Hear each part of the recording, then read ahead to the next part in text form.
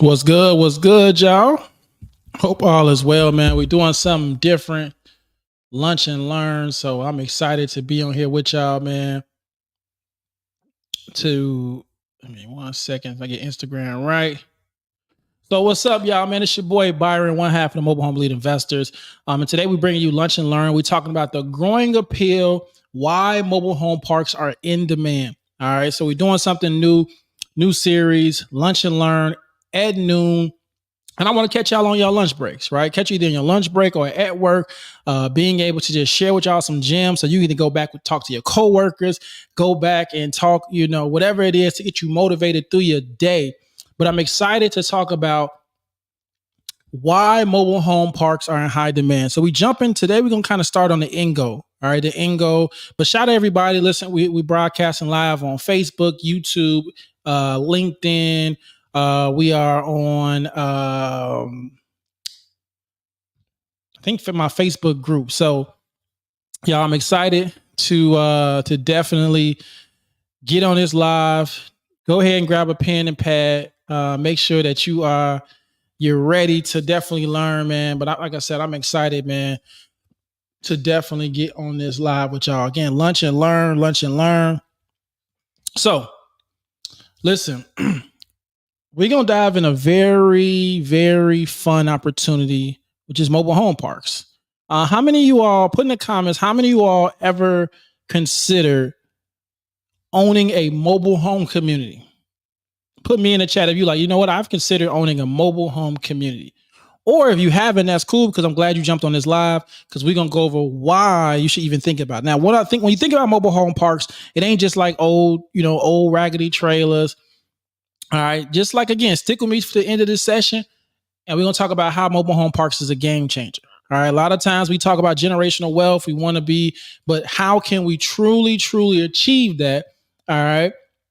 If we don't really know about the opportunity. So that's why I definitely wanted to come on here and talk to you all about it. Talk about the benefits. But let's just be real, right? Like, we want the generational wealth. We want the cash flow. We want this $1 million asset and such, right?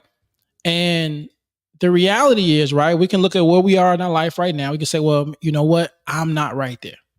It may seem like it's a little bit further to achieve than where it really is. And honestly, I'm here to tell you, it's a lot closer than what you think when we talking about owning a mobile home community. Right. And that's why I'm here we're going to start these series to pretty much help you all to not only stick in the game, but to build a game plan so that you can make sure that you achieve that goal. Right now, how many of you all, let's be real, how many of you all right now want to get in real estate, or put yes in the chat. How many of y'all are currently investing in real estate, but you are ready to scale? You're ready to scale.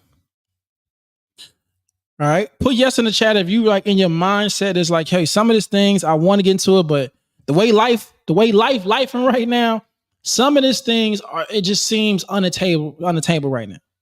Well, I don't really have the time right now because I'm committed to my career right now, that I feel like I don't really have the time to put in that work to really build a portfolio, to build something. We talk about the term generational wealth, but let's not even talk about generational wealth. Let's talk about building the wealth for right now, right? Building the wealth for you and your family. I love it. See it on Instagram, say I'm on 1,000 mobile homes. I love it, right? Having a realistic number.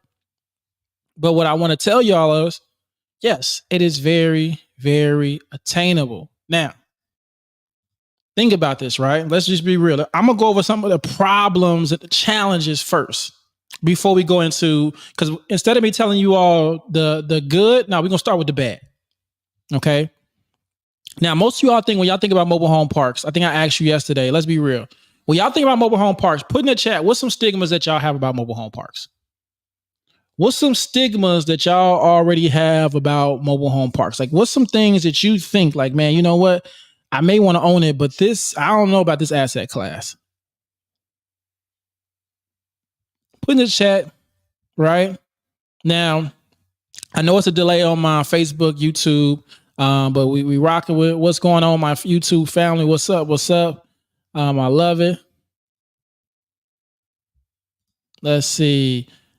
Shantae on YouTube said, I used to think there was no long-term investment potential. Man, that's honest. All right. What about Instagram? What are some stigmas y'all kind of got around that mobile home park? All right.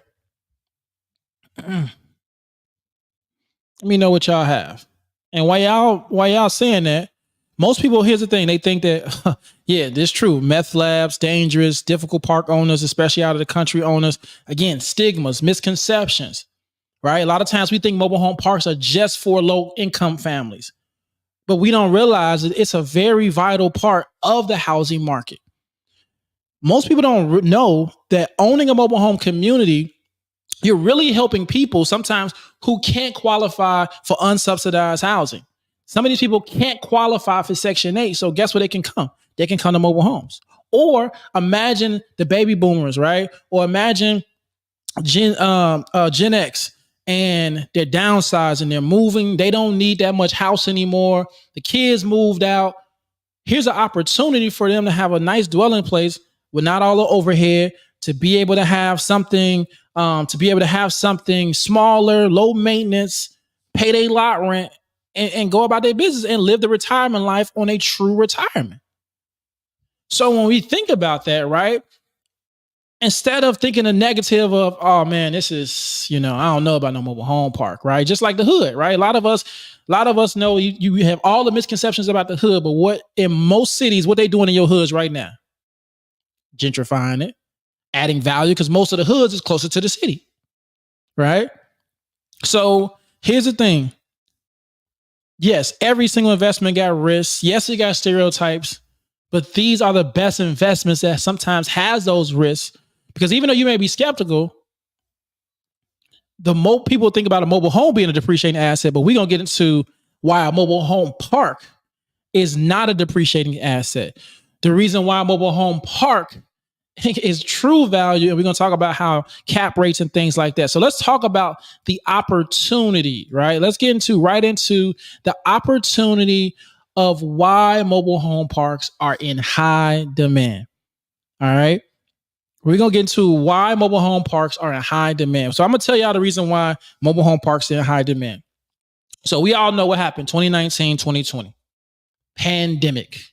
Some call it the plandemic, scamdemic, whatever you want to call it. That's your conspiracy, whatever you want to call it. But the pandemic happened, meaning a lot of things happened, right? We saw one for the first time in our lifetime where the government intervened and said, hey, tenants, you ain't got to pay your landlords.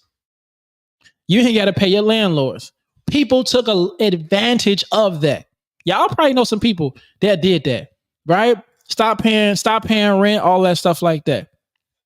We saw retail. We saw office space get hammered. Pandemic, in the pandemic.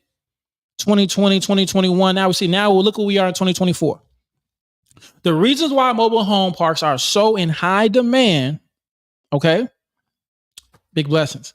The reason why it's so in high demand because it was one of the best performing assets when the pandemic happened. See, before that, to own a mobile home park, think about it. Everybody wanted to go the sexy route. Let's invest in an apartment building. Let's invest in a skyscraper. What happened was the mobile home park was so affordable that even during the pandemic, most landlords were still collecting over 75% of the rents. Whereas we saw apartments, we saw the effect of not only apartments, we saw the effect of office space. We saw people not even paying. So guess who had to reap that? Landlords. Landlords got hit. Put yes in the chat if you were a landlord that got hit during the pandemic. If you had a property, whether it's apartment, single family home, and your tenants decided, like, you know what? Hey, we on the moratorium. We ain't paying. Comment yes if you got hit with it.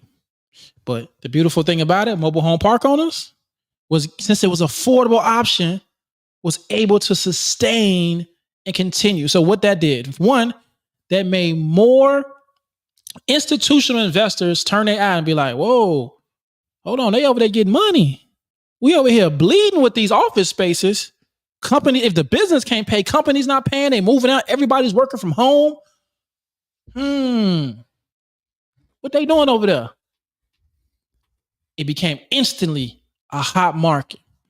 instantly a very, very hot market. That's when we start seeing these larger players, BlackRocks, the Northwestern Mutuals investing millions and millions of dollars in acquiring mobile home communities because it became a hot asset. Now, you're probably hearing that like, okay, well, how can I get in this game? Right? How can I get in this game? Now, before we go into how you get in this game, let's talk about some highlights. The reason why the opportunity is there, right? Affordability. Remember, I told you here's the thing, it's one of the only non-subsidized affordable housing left in America where someone can make less than $40,000 and live and have a home.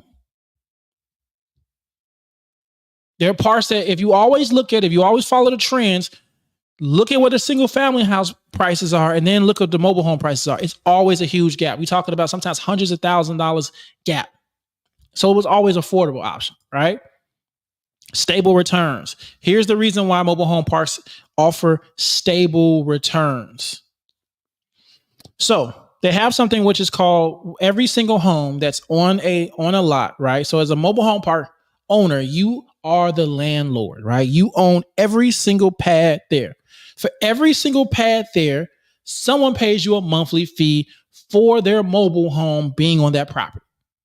So it's two ways, right? Just kind of like a condo. So like if a condo, you own your condo, but you got to pay an HOA.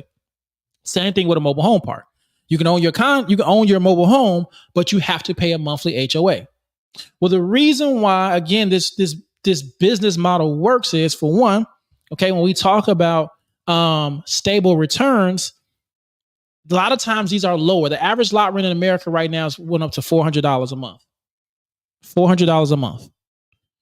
The average lot rent was about $375. Got my baby girl over there. Y'all might hear her scream a little bit, right? But $400 a month. So for someone owning their house and having to pay $400 a month, that is affordable. Now, there's areas where because of the cost of living, lot rents are much higher, right? But if someone has to pay only $400 a month, now they're able to have affordability, and that helps have a stable return. Now, guess what? If I do a 10% increase on, perfect example, right? If I do a 10% increase and I'm getting $400 a month, and let's say I got 25 units, right? That's $10,000 a month. If I just do a 10% increase, right? Which I add $40. So now I'm getting $440 times 25. Now I make an extra $11,000. Now, what I love about this, the returns, the reason why mobile homes is about a value play, because it's not about the cash flow, it's about the value. Let's say, again, we're going to say it is netting. Let's say it's netting that park at the $11,000. Again, we're just going hypothetically, netting $132,000, right? Now, let's say for this community, 25 unit, let's say I paid $750,000 for this community, right? Meaning I had to put a down payment on that, anywhere from 30%. Well, now that I made the increase and I'm at $132,000 at an A cap, right? And y'all got to follow me on this. That park is now worth $1.6 million just by a slight increase in adding more value, adding more net income at a capitalization rate at 8%. Now my park is worth $1.6 million. That is how a lot of people benefit. I'll give you an example. Our first mobile home park that we invested in, right? It was in our group, it was $1.1 million. That was the first park that we invested in, right? We were passive investors, right? We put up our share. In 13 months, as a group, we sold that mobile home park for $2.7 million. Y'all, do the math. 1.1, somebody put the number in there, 1.1 million. We sold in 13 months for 2.7 million after we added some improvements, added value. It is a value play.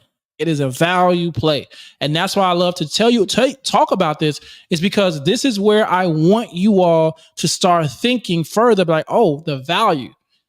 It's not even about the cash flow, it's about the value, because over time, as long as you continue to add value and an increase and find ways to service the community to be able to add more to the bottom line, You can increase the overall value of the community. Thank you.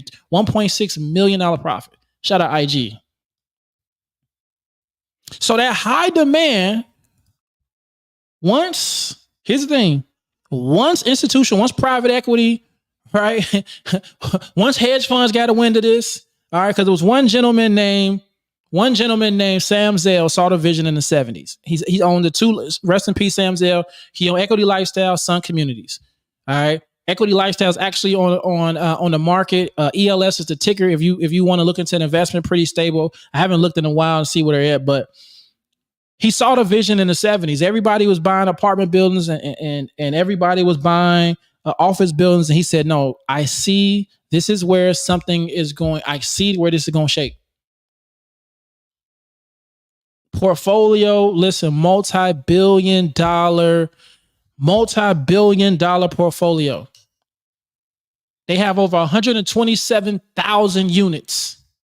Warren Buffett saw the vision in mobile homes. That's why for him, he was like, you know what? Let me acquire the manufacturer. Let me acquire the company, the largest company that makes mobile homes, because they're going into mobile home parks. They're going into mobile home parks. So why don't I acquire these? Which he acquired Clayton Homes for $1.6 billion. All right. In 2007, $1.6 billion Warren Buffett invested. And now Clayton Homes is the largest manufacturer of mobile homes in the country. They saw something. And that's why I'm on here to pretty much share with you all. Because again, I always want to share the vision with you. We going live tomorrow, but don't worry about that. We're going to start with so you can see the vision. Because here's the thing. You can get a mobile home investing. You can flip trailers. You can get some cash flow for some mobile homes. You can wholesale some mobile homes and things like that. But if you keep just trying to go for the dollar for dollar, you're going to get burnt. But if you have a vision in this, if you see an end goal, if you see something really for your family that you can, again, acquire, right? Group economics. Now, again, somebody, let me see. I'm a perfect example. I got a shout out. Where is it at? Hold on. Adele put on here on my Instagram. She said, check this out. She said, Queens, New York, I've cleared up $20,000 student loan, lock security, secure loan process. Let's go. Meaning she paid off student loans, got her credit locked in. So she's put herself in a position that she's ready to go shop for some mobile home parks. And that's all it takes. That's all it really takes, y'all. Right? To put yourself in position. All right. So let's talk about now. You all kind of see, we talked about the benefits. We talked about the potential with it. How do you go about, like, you're like, okay, well, where do I find these mobile home parks you're talking about? Again, we're going to get to that. Right. But one thing in this industry, any industry you go in, you got to be a problem solver. Somebody put problem solver in the chat for me. You got to be a problem solver. And why do you got to be a problem solver? Because again, if you are investing in a community, you're going to acquire something that's going to have problems. The minute you acquire, somebody's going to say, yo, yeah, the old owner, he didn't do this. Yeah, you see that over there? We got that pond over there be flooded. Oh, our roads aren't like this. You got to become a problem solver. So how do you become a first problem solver? So when you're looking into mobile home parks, due diligence. Due diligence is the most important things in mobile home parks, right? Before you acquire anything, like I know sometimes the people who fail in this business are the people who did not do their proper due diligence. They get excited, they get the capital, and they like, let's go buy a mobile home park. And they do not do their due diligence. So what does due diligence look like for a mobile home park? Well, no, you should at least give yourself about 25, 30 days just to do diligence. That's how important this is. Remember, you are buying a business. Mobile home park is a business that you're acquiring. So you need at least 25, 30 days. You got to make sure you got to contact the municipality, code violations for zoning. All right. You got to make sure you check the court records for any delinquent tax liens, fees, liens, assessments. You got to contact the county health department just to make sure there's no type of violations. If it's septic, water, You need rent rolls. I mean, I need to see that the numbers really make sense. You're not fluffing these numbers. I need to see P&L statements. And a lot of stuff, the less they have, the more discounted that price is going to be. I need to see utility information. What utilities you're using? Are the tenants paying the utilities, or are you all paying the utilities? How many homes? How much is the lot rent? When was the last time lot rent increases? How many pads? How many people own their mobile homes? Like, do all the mobile homes have titles? These are the things that you need to know when you're doing your due diligence. All right. You got to be able to network too. So within that, you got to go and network. You got to go politic. If you want to go get a mobile home park, you need, especially in a small city, small town, you need to go to the mayor's office. You need to go see who's the zoning commission. You need to see who's like, you need to know all those things, network, shake hands, because it could be some money out there for you. And you definitely need to tap into the mobile home elite community. So that way we can continue giving you game on this. Right. And just continue being a student, continue soaking these things up, continue, just being there, learning these things. Yeah, we on live. Right? I'm on live 30 minutes. You're not going to know how to own a mobile home park in 30 minutes. So you got to continue getting those things, continue getting the information that you need so you can take that to that next level. All right. So let's talk about it. The possibilities. Now that we're on here, put yes in the chat if you like, okay, I tapped in. Bro, you got me thinking about a mobile home park. Put yes in the chat if you like, yo, I can see that. I can see ourselves diversifying and possibly owning a mobile home community, owning this asset, adding value to a community. A lot of times, here's the one question. I know y'all got the burning question. Can I create a mobile home park? Here's the reality. When you ask the question, can you create a mobile home community? There is not a lot of cities and counties who really...